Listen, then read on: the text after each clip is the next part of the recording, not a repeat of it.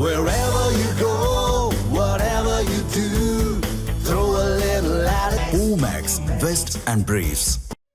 இறந்து விட்டார். இந்த ஒற்றை வார்த்தை இதயத்தை உறைய வைக்கிறது. பெயர், முகம், நம்பிக்கை எல்லாமே ஒரு கணம் மறத்து விடுகிறது. இனம் புரியாமல் உடல் நடுங்குகிறது. அப்படியொரு செய்தி கடந்த அக்டோபர் 13 வந்தது. ஹமாஸ் பயங்கரவாதிகளால் சிறைப்பிடிக்கப்பட்ட ஒரே நேபாளரான பிபின் ஜோஷி உயிருடன் இல்லை என்பதே அந்த செய்தி. அமெரிக்க அதிபர் டிரம்ப் முன்மொழிந்த காசா அமைதி திட்டத்தின் முதல் கட்டமாக ஹமாஸ் பயங்கரவாதிகள் பிடித்து வைத்திருந்த 20 பணைய கைதிகள் விடுவிக்கப்பட்ட மகிழ்ச்சியை தொடர்ந்து சில நிமிடங்களிலே துக்கமும் வேதனையும் வந்தது. 4 பணைய கைதிகளின் உடல்களை ஹமாஸ் பயங்கரவாதிகள் செஞ்சிலுவை சங்கத்தினரிடம் ஒப்படைத்துள்ளனர். இறந்தவர்களில் பணைய கைதியாக சிறைப்பிடிக்கப்பட்ட ஒரே இந்துவான நேபாளத்தை சேர்ந்த பிபின் ஜோஷியும் ஒருவர். இத்தகவலை இஸ்ரேல் ராணுவ செய்தி தொடர்பாளர் எஃபி டெஃப்ரின் உறுதிப்படுத்தியுள்ளார். இஸ்ரேல் அதிகாரிகளிடம் ஒப்படைத்த பணைய கைதிகளின் உடல்கள் DNA சோதனைகளுக்கு உட்படுத்தப்பட்டு யாருடைய உடல் என்று உறுதிப்படுத்தப்பட்ட பிறகு இறந்தவர்களின் குடும்பத்தினரிடம் கொடுக்கப்படும் என்று இஸ்ரேலுக்கான நேபாள தூதர் தனபிரசாத் பண்டிட் தெரிவித்துள்ளார்.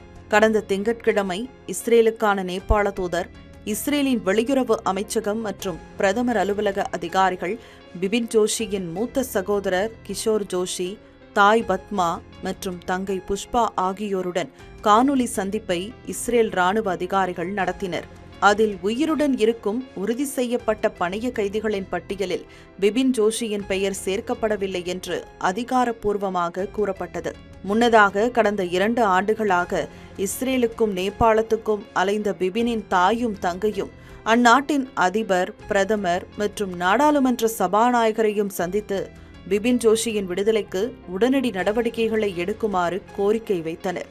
அதே ஆண்டு செப்டம்பரில் இஸ்ரேலின் பிரதிநிதிகளுடன் அமெரிக்கா சென்ற பிபின் குடும்பத்தினர் ஐநா பொது சபையிலும் முறையிட்டனர். 2023 ஆண்டு அக்டோபர் 7 அன்று இஸ்ரேல் மீது ஹமாஸ் தீவிரவாதிகள் தாக்குதல் நடத்தினர். ஏவுகணை தாக்குதல் மட்டுமின்றி இஸ்ரேலுக்குள் புகுந்து ஹமாஸ் பயங்கரவாதிகள் நடத்திய தாக்குதலில் 10 நேபாள மாணவர்கள் கொல்லப்பட்டனர். 5 பேர் காயமடைந்தனர். ஒருவர் காயமின்றி தப்பினார். ஜோஷியும் தாய்லாந்து மாணவர் ஒருவரையும் ஹமாஸ் பயங்கரவாதிகள் சிறைப்பிடித்து சென்றனர். கடந்த 2023 ஆண்டு நவம்பர் மாதம் இஸ்ரேல் ராணுவத்தால் வெளியிடப்பட்ட வீடியோ காட்சிகளில் ஜோஷி காசாவின் ஷிஃபா மருத்துவமனைக்கு இழுத்து செல்லப்படுவதை காட்டியது. அவர் உயிருடன் இருப்பதாக அறியப்பட்ட கடைசி காட்சி அதுதான். 33 வினாடிகள் நீளமுள்ள அந்த வீடியோவில் பிபின் ஜோஷி 23 வயதான தாம் நேபாளத்தை சேர்ந்த மாணவன் என்றும் வேலையுடன் கூடிய படிப்பு என்ற திட்டத்தின் கீழ் 25 நாட்களுக்கு முன்பு இஸ்ரேலுக்கு வந்ததாகவும் எலுமிச்சை பண்ணையில் வேலை செய்ததாகவும் தெரிவித்திருந்தார். நம்பிக்கையின் ஒளியாக தோன்றிய அந்த வீடியோ பிபின் ஜோஷியின் உயிருக்கு உறுதியான சான்றாக மாறவில்லை. ஆனாலும் அவரது நண்பர்களும் குடும்பத்தினரும் அவர் பாதுகாப்பாக வீடு திரும்புவார் என்ற நம்பிக்கையில் இருந்தனர். உயிர் பிழைத்த பணைய கைதிகளின் பட்டியலில் பிபின் பெயர் இல்லை என்று இஸ்ரேலுக்கான நேபாள தூதர் கூறியபோது கசப்பான உண்மை ஏற்றுக்கொள்ள முடியாததாக இருந்தது. உயிரோடு திரும்பி இருந்தால் வரும் அக்டோபர் 26 தனது 25வது பிறந்த நாளை குடும்பத்தினருடன் கொண்டாடியிருப்பார் Bipin.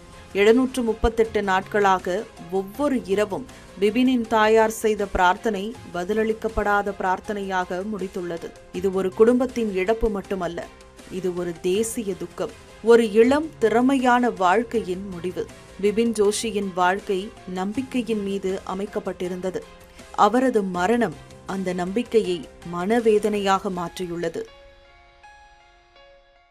Wherever you go, whatever you do, throw a little at it. Omax, Vest and Briefs.